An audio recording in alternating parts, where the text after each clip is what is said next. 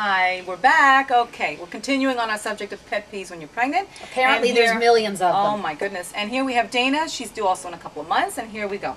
Pregnant with baby number 4, and during her entire pregnancy, her mother-in-law is finding the most inappropriate place to announce to everybody just how large and huge her daughter-in-law is. You think a mother-in-law would be happy to get baby number 4. Well, this is baby number 4. These are the best kind of babies to get. Yeah. You didn't have to give birth to them. You didn't have to get pregnant. You don't have to raise them. Exactly. Grandchildren are the best kind of babies. Right, and she has all girls, and everyone's always asking her if she's finally going to get that boy. Well, how the heck does she know? She's getting what she's getting. Ain't nothing you can do about it.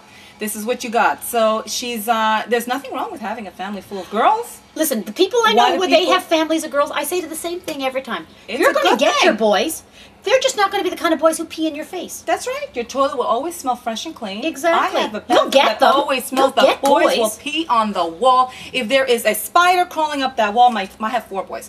They will have a contest who can pee on that spider and get him down. So they have peeing contests, and people come in my house. They go, "What's that smell?" And it's the urine, honey.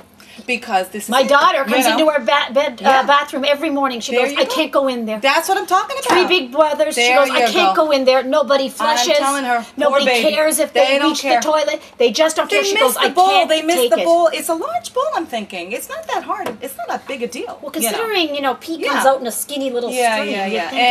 Anywho. Okay, back to her pet peeve. So she's having, she has a couple of girls. There's nothing wrong with that. Nothing wrong at all. Nothing. She's one of 4 girls.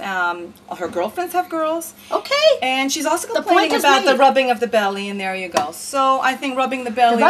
You can't do anything about it. No, unless you cannot educate the whole world. This is what it is. Make it against the law. Just enjoy give it a fine. Maybe step back a few paces. Give them that idea. No, or you learn the don't you dare come near me look. We got to get that look. Okay. All right, darling. We'll be right back. We'll be right back. Thank you.